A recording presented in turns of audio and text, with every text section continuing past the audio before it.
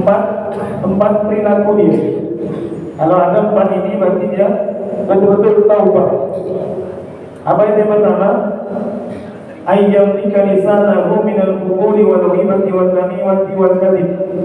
Yang pertama ternyata kata beliau, orang kalau taubat betul-betul kepada Allah, dia harus mampu mengendalikan mulut dia, lisan dia, ucapan dia. Dari mana? Dari perkataan yang mengandung unsur maksiat. Terlebih lagi maksiat yang berkaitan dengan orang lain, membicarakan keburukan orang, berdusta, mengadu domba. Ini ciri-ciri yang pertama kata beliau, dia harus menahan lidahnya, tidak sembarang ngomong, mengata lisannya itu tidak asal bicara. Terlebih lagi bicara yang mengandung unsur dosa dan maksiat. Ini yang pertama kata Syekh Abdul Qadir Jani dalam kitab Al-Wudiyah. Yang kedua, yang kedua ini sama dengan ini. Ayyubariqu ikhwanasu. Ciri-cirinya kata beliau, memisahkan diri dari teman-teman buruk, teman-teman yang jelek, teman-teman yang sekiranya berpotensi mendorong dia untuk bermaksiat, tidak mendukung dia melakukan ketaatan. Maka teman seperti ini tinggalkan, tidak boleh berteman. Ini ciri-ciri yang betul taubat kata Syekh Abdul Qadir Al-Jilani.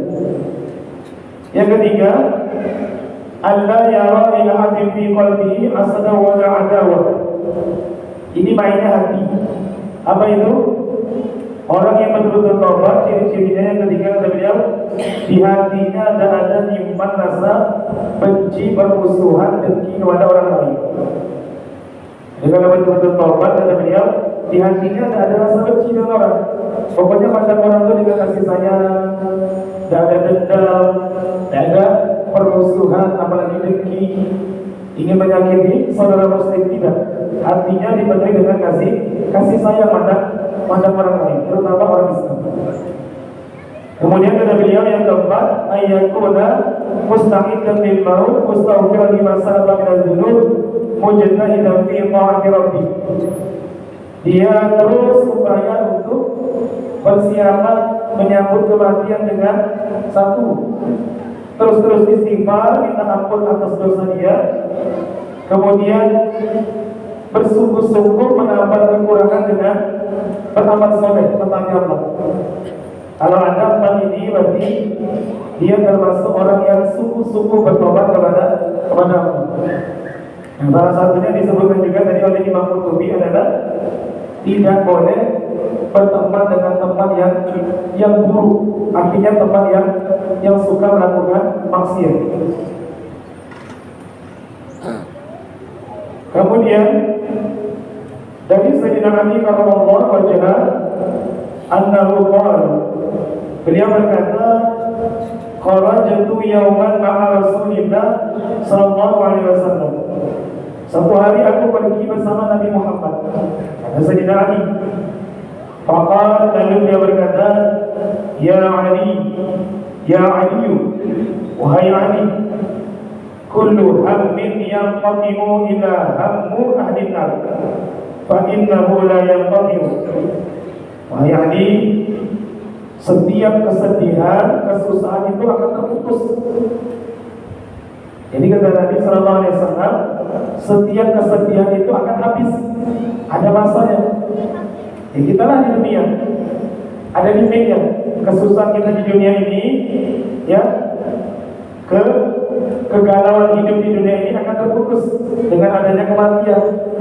Tak lama, 60-70 tahun terputus, kecuali ada kesusahan yang tidak akan pernah terputus. Kesusahan siapa kata Nabi? Yaitu kesusahannya ahli neraka. Ahli neraka itu akan putus, terus berlanjut. Begitu pun kata Nabi, wa kullu sururin wa na'imin yanqadi'u. Segala kebahagiaan, kenikmatan akan terputus. Seenak-enak orang hidup di dunia ini, sebahagia apapun dia, senyaman apapun dia di dunia ini, itu akan terputus, habis ada masanya.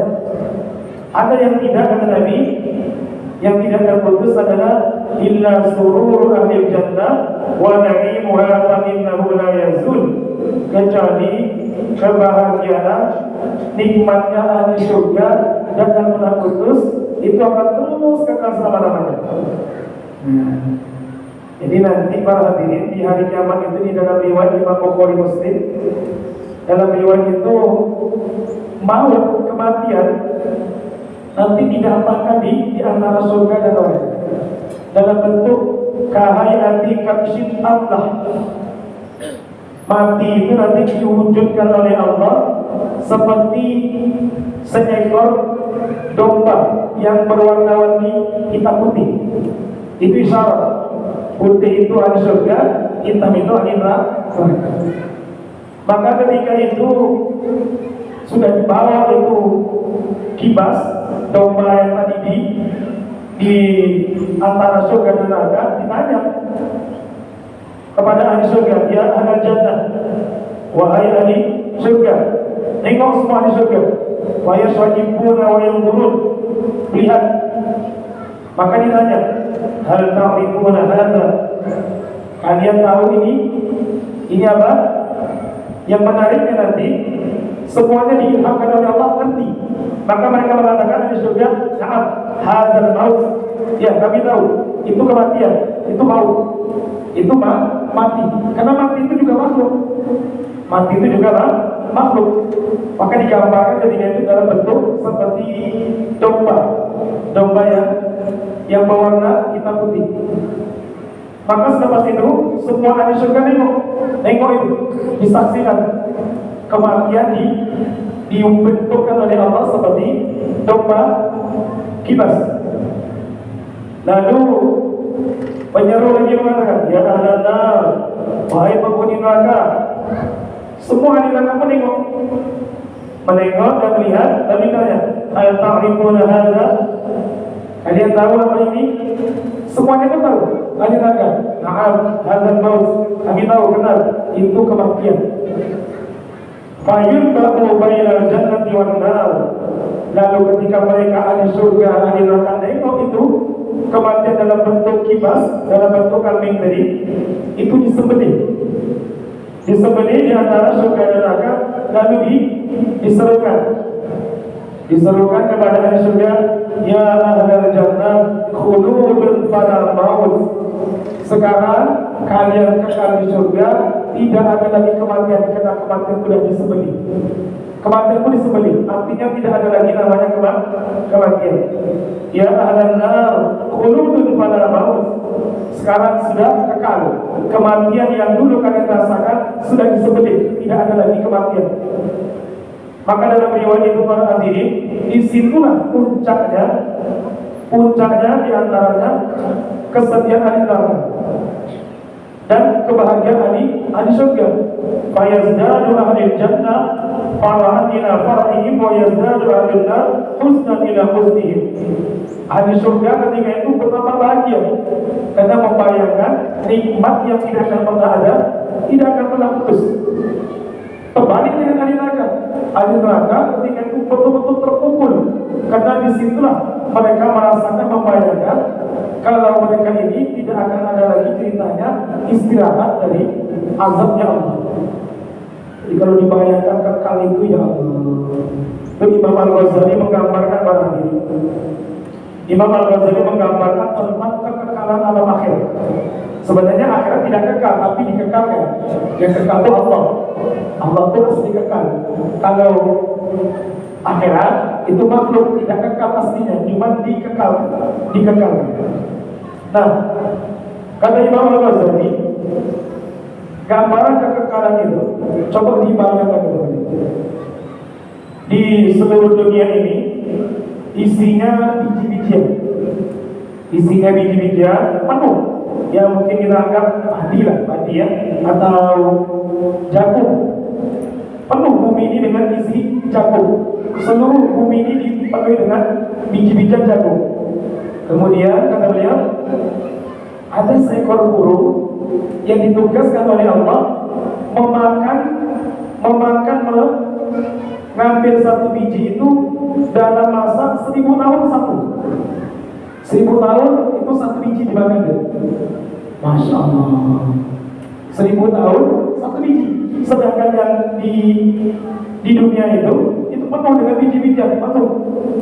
Di bumi itu penuh dengan biji-bijian. Kita tidak bayangkan penuh dengan Masjid Al-Huda aja jantung diambil satu biji 1000 tahun sekali itu pun tidak kepikir tuh kapan habisnya. Tapi apa kata Imam Ghazali, itu pun tetap ada masa habisnya. Walaupun dalam masa yang berlalu, tapi akhirat tidak ada sama sekali. Masya Allah. Kita tengok, akan dosa sepenuh Indonesia, sepenuh bumi, sepenuh Al-Huda ini merampung tinggi, isinya padi. 1000 tahun sekali burung ngambil padi itu cuma satu dia makan. Itu pun tetap pasti habis. Tapi dia tahu lah kata apa. Itu aja udah kebayang gitu. Ya Allah, apaan habisnya? Tapi tetap ada habisnya. Akhirat dan seperti itu. Lebih lagi, lebih lama. Betul-betul tidak ada masa habisnya dah. Disitulah ketika diserukan kematian disebut ahli surga itu bahagia takut. Dan menariknya luar biasanya nikmat ahli surga itu bertambah-tambah. Semakin lama semakin bertambah, semakin bertambah, semakin bertambah, semakin bertambah. Dan tidak ada masalah habisnya. Beda kalau di dunia ini. Di dunia ini memang bukan tempatnya untuk bernikmat-nikmat. Ada masa limitnya, ada batasnya. Enak-enaknya makanan kalau udah 3 piring dan selera itu dipaksakan lah. Nanti kalau lapor itu semacam dimakan semua gitu. Ada batas, perangkatnya itu udah cukup. Karena tubuh kita ini disetting di dunia bukan untuk menghabiskan nikmat. Nah, menghabiskan nikmat di akhirat itu tidak ada habisnya. Tapi kalau di dunia ada batasnya. Walaupun nafsunya Masya Allah nanti habiskan semua, tetap perangkat tubuhnya itu udah mampu, terlalu kecil. Makanya tubuh kita nanti akan diperbesar juga untuk menikmati surga ini. Dan seperti ini kecil ini. Standarnya seperti minimal Nabi Adam 60 hasta, 30 meter. Tinggi 30 meter. Ya. Beda dengan ahli neraka. Ahli neraka lebih besar lagi kan? Ahli neraka lebih besar lagi daripada di surga. Ahli neraka dalam Sahih Bukhari itu gigi geraham dia saja, gigi geraham sebesar bukit Uhud. Pundak dia antara pundak sini, dua pundak itu, bainal katifain antara dua bahu dia itu perjalanan 1 bulan perjalanan besarnya. Karena kalau macam ini bentuknya kecil, neraka sudah dipanaskan, benda masuk sudah kena uap neraka itu hilang.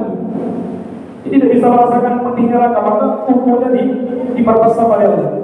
Itu ada dalam Sahih Bukhari, Adros, gigi Adros, gigi geraham yang ahli neraka itu diperbesar oleh Allah seukuran bukit Uhud, bukit terbesar di Madinah. Itu baru giginya, di mana kepala ada. Mana besarnya itu? Satu pulau Jawa, satu manusia. Besar itu, besar. Ini untuk merasakan pedihnya neraka itu tubuhnya diperbesar. Ada surga itu, ada surga itu. Maka dalam riwayat itu, saking nikmatnya di surga, ketika dia makan pisang itu luar biasa berarti. Pisang itu termasuk makanan surga yang sudah disinggung dalam Quran. Surah Al-Waqiah, wa talhim mandud. Makanan surga diantaranya di pisang. Pisang yang kata Allah yang sisinya itu yang bersusun-susun. Ada pisang dalam Quran. Makanan di surga. Itu dalam hadis dia makan saking nikmatnya itu buah apa? Kulitnya buah. Perasaannya baru berapa potong. Tengok ke belakang, lambung gunung gitu. Lambung gunung, pisang itu apa? Lambung gunung. Kulitnya itu. Saking tidak sadar begitu nikmatnya makan pisang. Masya Allah. Baru makan pisang itu. Belum makan yang lain. Allahumma ja'alna minhum amin wa rabbal alamin. Di kondisi di akhir nanti ini. Makanya begitu juga di dunia ini. Dulu kita ingat nasihat Pak Kiai.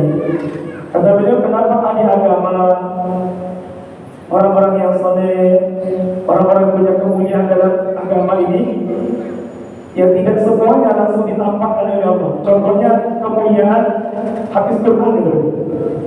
Kemudian Nabi Sulaiman ini belum bisa ditampilkan di dunia. Kenapa? Karena dunia ini terlalu kecil, bukan tempatnya. Nah, negonya itu di akhir. Tempatnya terlalu kecil untuk menampakkan keagungannya itu, ya, bukan tempatnya dunia. Tapi kalau ada nego nanti kalau sudah di akhir, betul. Karena akhir itu apa? Wadal akhiratu khairun laka minal ula. Lebih baik dan lebih utama, lebih besar. Nah, memang dimensinya lain. Ya, di iman itu lebih besar lagi itu. Usianya muda-muda 30 tahunan, kemudian dia pernah tua, kemudian dia pernah berubah, terus dan itu kekal selama-lamanya, tidak berubah. Kalau kita bisa dibangsakan di antara perkara yang tidak mungkin bisa dibawa ke apa? Yaitu masalah masa muda. Itu tidak bisa. Itu tetap dipaksakan dimanapun, di Polres, pakai skincare kan, pakai apa lah, pokoknya serum apa, jangan bisa. Tetap namanya tua tetap tua. Nah, di spirit melakukan tetap tua. Memang itu di dunia. Tapi kalau di akhirat tidak perlu lagi. Memang sudah disetting muda, terus lama-lama. Terus yang ada malah tambah luar biasa. Yang ganteng tambah ganteng.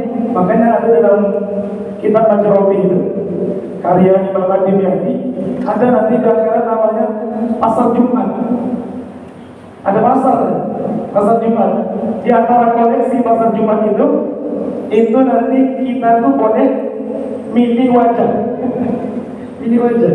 Maka dia tinggalkan rumahnya, istrinya itu udah senang. Ganteng luar biasa. Ketika ada balik, dia bilang, "Loh, kok tambah ganteng nih?" Ternyata dia masih lagi cari wajah, ganti wajah ini. Nah, tapi tetap dia. Tapi nanti itu ada pasar Jumat. Masya Allah. Ya Allah. Ya. Beda dengan di neraka. Ya Allah. Ahli neraka bengong orang Jawa. Bengong teriak-teriak.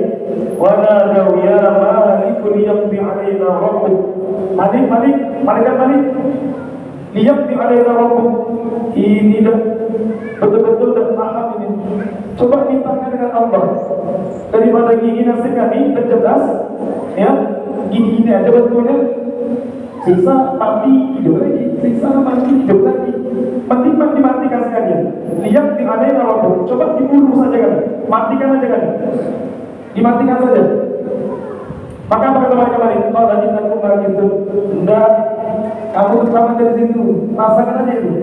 Ya Allah. Makanya dalam Al-Quran juga disebutkan, innal ladzina kafaru bi ayatina sawfa tuslihim nar. Orang-orang kafir masuk neraka, kullama naqijat juluduhum badalnahum juludan ghayraha liyadhuqul 'adzab. Kapan hangus sudah kulit mereka, badalnahum juludan ghayraha, kami ganti dengan kulit yang baru lagi. Hangus kosong ganti baru lagi. Ya Allah. Maka digambarkan la yamutu biha wala yahya. Tidak mati, tidak hidup. Dikatakan mati dia hidup, dikatakan hidup dia mati, disiksa. Betul-betul perasaannya betul-betul menyusahkan.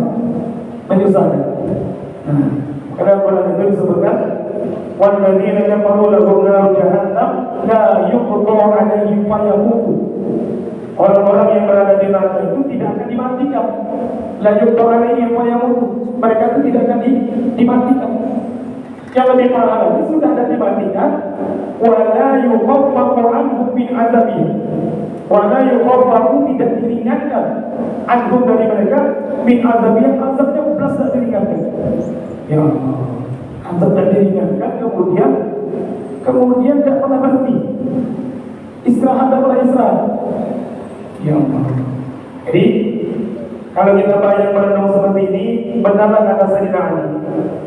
Kalau kita merenung, ketika bayangan dahsyatnya ngerinya orang-orang yang ditakdirkan mati kafir, kekal di neraka, dengan status kita jadi orang Islam itu sudah cukup membuat kita itu bahagia di dunia. Tidak tidak usah terlalu pusing. Sebesar apapun macam-macam masalah dunia ini, jangan dianggap terlalu serius. Kita sudah punya segala-galanya. Kunci surga itu sudah ada. La ilaha illallah. Itu sudah kita kesempat dengan bayangkan nikmat jadi orang Islam. Ya, nikmat jadi orang Islam. Sudah punya kuncinya, sudah dikasih kunci oleh Allah. Miftahul jannah, la ilaha illallah. Kunci surga itu dari Allah. Nah kita punya semua. Ya Allah. Maka kalau dengan seperti ini simpel. Besar bagaimana pun masalah dunia ini, ya masih bisa lah. Istilahnya bawa ringan aja. Karena kita punya kunci surga. Yang sebentar lagi insya Allah akan kita masuki. Amin. Baik, kemudian kata Nabi, Idza anna ya Ali. Jadi ceritanya Nabi lagi berjalan ini dengan sedang. Ya Ali, idza anna dzamban fala tu'akhir taubat ila al-waqti fatatu. Kalau kamu melakukan dosa, jangan mengakhirkan taubat sampai besok. Cepat-cepat cepat-cepat. Memang seperti itu para hadirin. Apalagi kita ini kan bukan Nabi. Namanya bukan Nabi, tidak ada jaminan maksud bersih dari dosa itu tidak ada. Jangankan ustaz itu, Pak Kiai pun masih mungkin itu berdosa. Ulama besar pun masih mungkin itu berdosa. Karena bukan Nabi itu kira-kira kita. Tidak boleh terlalu mengkultuskan orang di manusia suci, tidak boleh. Karena keyakinan Rasulullah yang maksud bersih dari dosa itu para Nabi. Mereka mustahil bermaksiat, berdosa. Karena selain Nabi masih berpotensi orang Nabi aja ini berpesan dengan sahabat menantu Ali, kamu berdosa, berarti akhirnya kan Nabi masih memungkinkan kamu kalau berdosa setelah Sayyidina Ali masih berpotensi kalau kamu berdosa jangan tunda-tunda tobat. Apalagi macam itu, bukan Nabi, bukan sahabat, mungkin langsung menantu sepupu diingatkan beliau kalau kamu berdosa, artinya kan masih ada kemungkinan kamu melakukan. Nasihatnya jangan mengakhirkan tobat. Memang Nabi ketika memberi wasiat kepada Sayyidina Mu'adz bin Jabal dan Sayyidina Abu Dzar Al-Ghifari, apa kata beliau? Ittaqillaha haitsu ma kunta. Takwalah kepada Allah dimanapun kamu berada. Baru lanjutkan. Sebisa mungkin kita takwa, kita niat untuk terus bertakwa kepada Allah. Itu niat kita. Cuma kan kita tidak menjamin kalau kita ini bakal bersih dari dosa dan bisa menjamin. Cuma niat kita amalkan perintah Nabi. Ittaqillah, bertakwalah kepada Allah. Haitsu ma kunta, dimanapun kamu berada, takwa. Mau di masjid, di luar masjid, di rumah, di sendiri, di tempat ramai, usahakan niatnya bertakwa. Artinya itu tadi, karena kita manusia biasa, kita ini bukan para nabi, tidak ada jaminan kita ini bersih dari dosa. Kalau terjatuh pada dosa, solusi dari Nabi apa? Wa azbini sayyatal hasanah tamhuha. Dan kata Nabi, iringilah, susullah dosa maksiat dengan cepat-cepat berbuat baik. Kebaikan itu nanti ngapus keburukan. Jadi kalau sudah tergelincir, jangan ditunda, cepat-cepat lakukan kebaikan untuk menghapusnya. Karena dalam Quran surah Hud ayat 114, innal hasanati yudhibnas sayyi'at. Sesungguhnya amal kebaikan itu bisa menghapus dosa. Jadi caranya kalau tergelincir, cepat-cepat kita melakukan kebaikan untuk menghapus itu, untuk menghapus dosa itu. Maksud dihapus itu bagaimana kata para ulama? Ada dua kemungkinan. Pertama, bekas dosa itu terhilang dari kolbu kita. Karena efek dosa itu bikin gelisah. Berdasarkan firman Allah, kalla bal rana ala qulubihim ma kanu yaksibun. Ketika orang berdosa, kata Allah, rona, ada binti hitam. Makin banyak, makin gelap, itu memberi kegelisahan. Nah, kalau dia langsung melakukan kebaikan, itu nanti kebaikan akan mengikis kotoran yang melekat di hati ini. Ini satu maknanya, menghapus efek bekas yang melekat di hatinya. Dosa itu akan mengganjal di hati kita, bikin pening, bikin susah, bikin gelisah, itu dosa. Maka dulu Pak Kiai bilang, kok kamu udah tahu penyebabnya, hati itu gelisah saja. Dipikir-pikir apa masalahnya? Kan ada kondisi kayak gitu. Hati itu udah tenang, timbul kegelisahan. Itu kemungkinan kamu punya dosa. Cepat-cepat istighfar. Cepat-cepat istighfar. Karena efek dosa itu bikin gelisah, bikin orang itu tenang. Apalagi orang beriman. Apalagi orang beriman. Nah, itu yang makna pertama. Kebaikan bisa menghapus bekas kotoran dosa itu melengket di hati. Yang kedua, menghapus dalam artian memang betul-betul dihapus di catatan para malaikat. Jadi dosa kita itu dicatat itu sudah karena sudah terhapus dengan kebaikan itu. Nah, ceritanya ayat itu surah Hud ayat 114. Ini yang saya ceritakan. Jangankan sekelas ulama, sekelas sahabat muridnya Nabi Muhammad. Ayat ini yang tadi, innal hasanati yudhibnas sayyi'at, sesungguhnya kebaikan itu menghapuskan keburukan. Itu asbabun nuzulnya, turunnya sebab satu sahabat namanya Abu Yasar. Abu Yasar ini penjual kurma. Tiba-tiba datang perempuan. Ya, Masya Allah, padahal muridnya Nabi Muhammad, bayangkan. Tapi luar biasa, berkah beliau ini untuk kebaikan kita.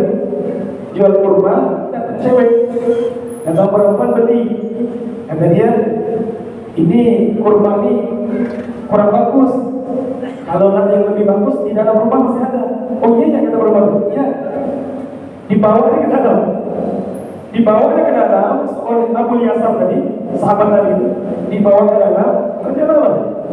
Diciumnya. Dipanggil itu perempuan, diciumnya pokoknya khairul jima, selain jima. Intinya mukadimahnya jima. Pokoknya mukadimah jima itu dilakukan sama dia. Timbul kesal. Aduh, apa lagi ini jadinya? Nyesal datang ke Nabi Muhammad. Cerita, Nabi, aku berdosa. Bersihkan diriku. Aku telah melakukan perbuatan nista. Aku betul-betul tobat kesal. Kenapa bisa terjadi seperti itu? Tidak bisa menahan itu. Maka Nabi diam. Nah, turun ayatnya. Turun ayat itu, innal hasanati yudhibnas sayyi'at. Sesungguhnya amal kebaikan menghapus amal keburukan. Diajak sama Nabi sembahyang asar. Kata Nabi, sudah sembahyang asar tadi sama saya? Sudah selesai.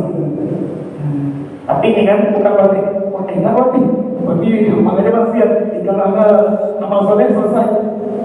Itu kan langsung Nabi enak dan dikasih tahu aku selesai dosanya. Kalau kita siapa yang kasih tahu dosa kita bakal dihapus? Belum tentu. Karena resikonya gini kata Kiai.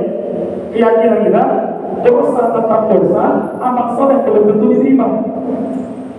Kalau sahabat sembahyang dengan Nabi, mungkin berkah dengan Nabi diterima. Kalau kita tangan itu, enak ya, maksiat cukup tambah dengan kebaikan, habis. Yang jamin kebaikan kita itu diterima itu apa? Kita tahu kekhusyukannya, keikhlasan dan kesempurnaannya. Maka tetap tidak boleh sembarangan. Tapi kalau dosa ada, dosa hilaf ada kebaikan, dosa ada tindakan hilapan, dosa tetap dosa. Tapi kalau amal banyak seleksinya, ikhlaskan, benarkan, jadi belum tentu tidak diterima. Jadi amal kebaikan yang bisa menghapus itu amal soleh yang diterima Allah. Nah, maka tetap tidak boleh kita ini sembarangan gara-gara ayat innal hasanati yudhibnas sayyi'at. Amal kebaikan bisa menghapus dosa. Ya sudah, disimpan nih dosa adalah cium kemudian obat zikir selesai. Belum tentu. Dosa pasti dicatat dosa, resikonya neraka. Amal soleh kita belum pasti bisa menambal menghapus itu. Jadi tetap tidak boleh sembarangan. Tidak boleh sembarangan. Wa Ali radhiyallahu anhu dari Sayyidina Ali juga. Ani Nabi sallallahu alaihi wasallam dari Nabi sallallahu alaihi wasallam. Anna Jibril atahu inna wafati. Ini cerita Sayyidina Ali kata beliau. Kata beliau ketika menjelang wafatnya Nabi Muhammad, Jibril itu datang. Lalu berkata, ya Muhammad, Rabbuku yubliuka salam. Wahai Muhammad, Tuhanmu mengucapkan salam untuk kamu. Wa yaqulu laka, dan berfirman kepada engkau, man taba min ummatika qabla mautihi bi sanatin kubilan taubatu. Ini kabar gembira untuk umatku wahai Muhammad. Siapa saja dari umatku yang bertobat setahun sebelum mati, tobatnya diterima, dijamin. Kok dia sebelum mati jarak sebelum mati itu setahun sudah bertobat? Contoh 2026 tobat, 2027 mati ya, maka dipasti diterima tobatnya.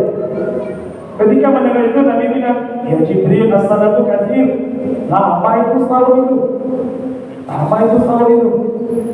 Kalau diterima itu jaraknya harus setahun sebelum mati baru diterima. Jibril pun balik, kemudian datang lagi, ya Muhammad, Allah mengatakan, man taba qabla mautihi bi jum'atin qubilat taubatu. Siapa yang tobat dari umatku, jarak dari meninggalnya 1 Jumat, berarti cuma seminggu. Seminggu sebelum mati kok tobat, diterima tobatnya. Nabi bilang lagi, Jibril, al-jum'atu li ummati katsir. Itu lama masih Jibril. Kalau syarat itu diterima tobatku harus seminggu sebelum mati baru diterima. Aduh, itu masih lama itu. Masih lama betul untuk umatku. Balik lagi Jibril, baru disampaikan.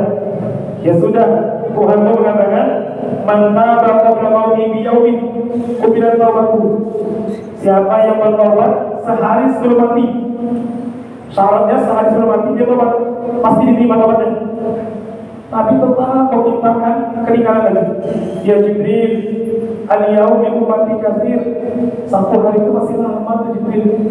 Kalau syaratnya sehari sebelum mati baru diterima, aduh, takut dia sehari itu belum sempat bertobat dia. Sehari sebelum mati itu belum sempat bertobat. Maka Jibril mengatakan, balik lagi kepada Allah, kembali, lalu mengatakan, ya, lalu mengatakan, in kanat hadhihi katsiran. Kalau 1 hari itu masih banyak, walau balaghat ruhuhu al-halqa lam yumkin al-intizar bi lisani wastaqya bihi wa nalima bi qalbi wa farqu lahu wa lahu. Ya sudah, yang penting sebelum dia nengok malaikat maut masih sempat bertobat, tobatnya diterima. Jadi memang itu finisnya itu. Tapi kalau sudah tengok malaikat maut, tidak pakai begitu. Itu tutup saja, tidak termasuk orang tobat lagi. Kalau tengok malaikat maut, tak datang, makanya kita mudah. Itu cerita mirip dengan Fir'aun. Fir'aun kata Allah dalam surah Hud ayat 90 itu, hatta idza adrakahu al-gharq qala amantu billadzi amanat bihi banu Israil wa ana minal muslimin. Fir'aun mantapnya satu sisi, apa itu? Anak mati tenggelam di laut merah, Allah gambarkan cerita dia. Amantu, aku beriman, tobat, jadi Tuhan lagi, jadi hamba saja. Amantu billadzi amanat bihi banu Israil wa ana minal muslimin. Tobatnya, aku jadi orang Islam, aku pasrah, aku beriman Allah Tuhanku, Musa Nabiku. Aku beriman dengan Tuhan Nabi Israel, aku pasrah. Tapi karena dah tengok malaikat maut dan hati, apa kata Allah? Al-ana wa qad asayta qabla, ya? Al-ana wa qad asayta qabla minha. Al-an wa qad asayta qablu. Sekarang tidak bisa lagi. Sekarang tidak bisa lagi. Kamu tetap tidak diterima obatnya oleh Allah. Tapi para hadirin dalam tafsir Nabawi itu, walaupun ada yang mengingkari, termasuk Imam Zamakhsyari dalam tafsir Al-Kasyaf, ini nolak tafsir ini. Namun saya temui tafsir Nabawi ada menyebutkan itu Jibril ketika nengok Fir'aun mengulang-ulang kata tobat itu, Jibril khawatir. Nabi ketika itu juga, Muhammad tahu kan kau, waktu Fir'aun tenggelam itu dia tuh sempat tobat. Bahkan dia mengatakan itu, dia mengulang-ulang beriman dengan Tuhannya Bani Israil. Aku ambil itu nomor, aku sumpah kepada dia. Ini kalau ulang-ulang terus nih, takut-takut dia dirahmati oleh Allah. Selamat Fir'aun jadi. Tapi masih penting lah, masih penting kan Allah. Yang lebih parah itu berjalan. Makanya mana lebih dahsyat Abu Jahal atau Fir'aun? Lebih parah Abu Jahal lagi. Fir'aun hadhihi ummah.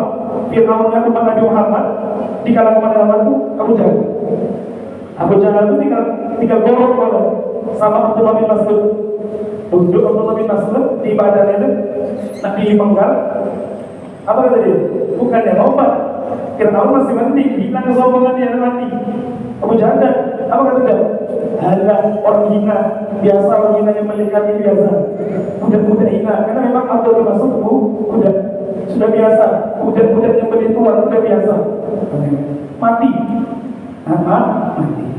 Jadi begitulah kesombongan Abu Jahal melebihi dari Fir'aun. Fir'aun ketika menjelang mati, nak taubat tidak diterima karena sudah kita golongan ruhnya. Sehingga syarat taubat adalah sebelum nyawa ditolong. Wallahu a'lam bishawab. Mudah-mudahan Allah kita semua dulu wafat dalam keadaan husnul khatimah. Amin. Amin ya rabbal alamin. Bismillahirrahmanirrahim. Alhamdulillahi rabbil alamin. Wassalatu wassalamu ala asyrafil anbiya'i wal mursalin sayyidina wa maulana Muhammad wa ala alihi wa sahbihi ajma'in. Allahumma anfa'na bima 'allamtana wa 'allimna ma yanfa'una wa zidna 'ilma. Alhamdulillahi ala kulli hal wa na'udzu billahi min hayatin nar. Rabbana taqabbal minna innaka antas samiul 'alim wa tub 'alaina innaka antat tawwabur rahim. Wa sallallahu ala sayyidina Muhammad wa ala alihi wa sahbihi wa baraka wa sallam. Alhamdulillahi rabbil alamin. Assalamualaikum warahmatullahi wabarakatuh. Allah